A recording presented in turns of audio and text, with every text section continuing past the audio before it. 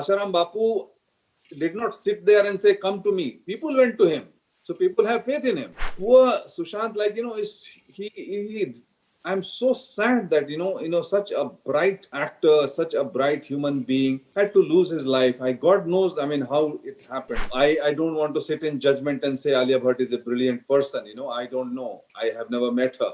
But as an actor, she is a very good actor. As a director, Mahesh Bhatt is a very good director. Prakash sir, welcome to Bollywood Life. It's a complete honor. The eminent filmmaker and multiple national award-winning director. Huge honor, sir, to have you.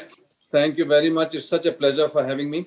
The second thing is, I must say that your first foray, there has been a Pariksha, but your first proper web series is looking like an extension of all the great films you have made. There is drama, there's a lot of realism, there is a good social subject. So is this an extension of your work, but just in a different format to what you have already been doing? I think the way we have shot it, we have shot it like a film, like a movie. And the subject, because it deals with masses of people, so it looks big. And I had brilliant actors, and it will give that feeling. It will give that look. Yes. When choosing Bobby Deol for the lead role, I'm a huge Bobby Deol fan, so I have no doubt that he has done complete justice to it. But we have not seen Bobby ever play such a character before. We have always seen him play the hero. We have seen him doing a lot of action movies or thrillers. This is a very new territory for him. तो जब आपने बॉबी को चुना sir, on what basis, what was going through your mind, were you completely convinced that Bobby is fit for this role? Yes, I was. In fact, it just organically happened because I and Bobby, we have been talking about working together, and I suddenly kind of saw him in this character.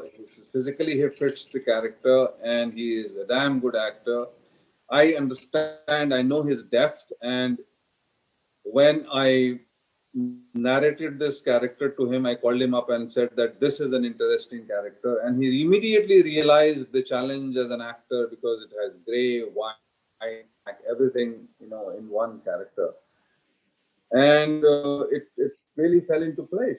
Sir, Ashram deals with religion, it deals with godmen, और if you go to see आजकल जो माहौल है India में, the moment something comes on any religious topic, बिना content देखकर, बिना उसको अच्छे से देखकर परख कर, लोग judgmental होने लगते हैं, and they think so their religion is under attack. So when making this show, did this thought ever cross your mind that this is a dicey subject, कई backlash आ सकती है while making this show, because it's a volatile atmosphere nowadays? Well, atmosphere has always been volatile. Now they have found an expression through social media, so they immediately jump into it. Not that I haven't faced this kind of volatility before. I've seen it, but it always happens before the film gets released. Now this web series, of course, it deals with kind of the life of Baba. But please understand that I am a responsible Hindu. I understand the value of Hinduism, and I revere the great saints, seekers, and gurus of the religion, and also the gods and goddesses of Hinduism. It's actually, the beauty of this show is that it is about these people who actually defame and bring disrepute to Hindu religion or to Hindu thought of life or to the Hindu greatness, that this has been made. It's not defaming Hindu, but those who defame Hindu, those who bring disrepute to Hindu, this whole series is about them. And it is also about people in general who innocently or for their own kind of little shortcut ways, they put their faith and they put tan, man, dhan, everything into the hands of these criminals or quacks. So what is the equation between religion, these people, and common man? So I thought that this was a very responsible story, and I thought that people may suddenly jump. But this is neither based on any of the living or past gurus, nor it deals with Hinduism. Actually, it is on those who are against and who are using and who are bringing bad name to the Hindu religion. That that is the interest that I had, that I made this series. But this is only a part of it. It's a fiction. Yeah. It's a fiction about this con man who is a small time criminal and how he becomes a Baba and how he, weaves his net to trap people and then, misuse them. And everybody falls in his trap. It's about that. Which happens a lot in real life, and there is no doubt about it. So when you said fiction, so because when we saw the trailer, there are similarities that are looking a bit like Asaram Bapu, especially when it comes to the part where females were abducted and all. There was no inspiration from any real life godman that you drew to at least make the character, the elements of the character. But see, Asharam Bapu, you're taking his name, but Asharam Bapu, how can I be judgmental about Asharam Bapuji? Asharam Bapuji has done many good things. Asharam Bapu did not sit there and say, come to me. People went to him. So people have faith in him. And whatever, be his situation, he may be behind the, in a prison, but, it's a sub judice matter. Like, everything is in public domain. Yes. So I am not sitting in judgment on Asharam Bapuji because, he is going through some kind of conviction or some kind of allegation or some kind of accusation, because there are people who would say a lot of things which are good about him. This is a different character. This is neither Asharam Bapu nor anyone else. And there is absolutely no reference to any such gurus. Okay. So your films, right from people nowadays generation, they may take the name of Rajniti, they may take the name of Gangachal. I've been a fan of yours right from the days of Damul and Mrityu Dand, which are two of your finest films in my opinion. And all your works, sir, they have always had a keen sense of justice. Your work, despite dramatizing and making it entertaining for audience, that justice element has always been there in your movies, whether it was Madhuri Dixit, Shabana Azmi's characters in Mrityu Dand, whether it was Ajay Devgan and Gangajal. So, when as a filmmaker, you have always shown the industry, you have always shown your films to be so much justice, and you have such a strong moral compass. How does it feel, sir, as a representative of the industry today when the industry is being questioned so much?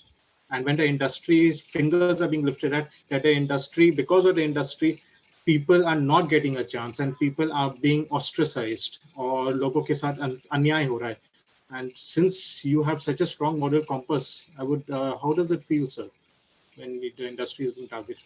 I am yet to understand this because, really speaking, I have had, a few years in this industry. Many years. And I personally, and I can say with some kind of honesty and some kind of integrity that I have never faced this sort of thing. I know of actors who have all, like whether it is Nawazuddin Siddiqui or Manoj Bajpayee, that may have taken a few years of extra struggle for them. But eventually, if you are a star kid, you may get one picture or you may get two pictures. You can go thus far and no more. True. Unless and until you connect with people, unless and until you have performed, and unless and until you have proved your mettle. So, to kind of make a general comment about there being, somebody was interviewing me as a mafia, movie mafia. I'm like, where is this mafia? I want the address. I'm also wondering. Please text me the address of this mafia. I will go and meet them. That's why I have not used the word movie mafia, because this is an alien thing to me. I'm wondering. This is just kind of like, and people are unnecessarily kind of like, because cinema or let's say film world is easily kind of visible, easily targetable, so people talk about this. But what about the industries? What about politics? What about, other kind of like, fields where, an industrialist is not going to not promote his son. or daughter True. or kin, True. they will do it. Because that's a natural tendency. But in films, in fact, what happens is there are several examples, I won't like to take names, where they got the opportunity, but they couldn't capitalize on it and they had to go out. Yes, yes, yes, sir. Because eventually, a Nawazuddin Siddiqui will come from a village and he will eventually connect with people and he will become, a revered actor. So did Irfan, so did Manoj Bajpayee, so did Nasir, so did Shahrukh. Yes. And, technicians like me, like coming from Assam, coming from Northeast, coming from Bihar, coming from, in your field of journalism, do you realize that 60-70% of the journalists, they're all from Bihar or UP? More than that, sir. More than that. Huh? More than that. So it is, it's obnoxious to kind of label such things on the industry. There may be some occasions, like some people may form a clique and sort of work, within the clique. But who will stop? Who will stop a talent? Who can? Sushant, poor Sushant, is he I'm so sad that such a bright actor, such a bright human being had to lose his life. God knows, how it happened. Whether it's good that CBI now is in investigating and a closure will come, and a lot of people in pain to understand as to why it happened with him will find a closure to it. But think about it, the guy was doing such good work. Yeah. I would have loved to work with him. Unfortunately, I never had an opportunity to meet him. And yeah, maybe there were certain offers where he was kind of pushed out. I don't know. That might have, but that happens all the time. True. True. You can't make that as a general rule, and you can't. Some people who are just trying to make a big thing out of it. It's obnoxious. I don't feel. It's part of life, when you come to Mumbai to prove yourself in film industry, be prepared to work and strive and to work very hard and to take rejection as many times as it happens. But eventually when you get accepted, you shine. That is the beauty of this world. And of course, there should be less pain for people who, step in or who come new. But these days what happens, that guys come and in 2 years they want to, or 1 year they want to kind of become successful.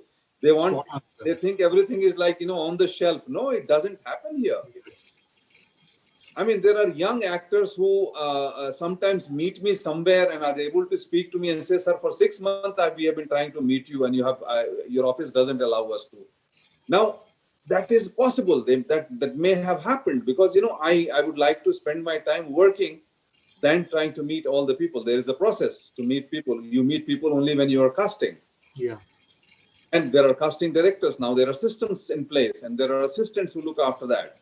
So it may happen, But when I work with people who are fresh, who are new, who are also established, who are big actors, and fine. So there are tons and tons of us who have stepped in from outside, who have struggled and who have succeeded and who are able to talk to you, like you will think about yourself, So I don't really subscribe to this general point of view, but I would definitely want us to take lessons from it. And I definitely would want that, we could create systems where a talent doesn't go unrecognized and a talent sort of after due diligence is accepted and given an opportunity. Of course, that should happen.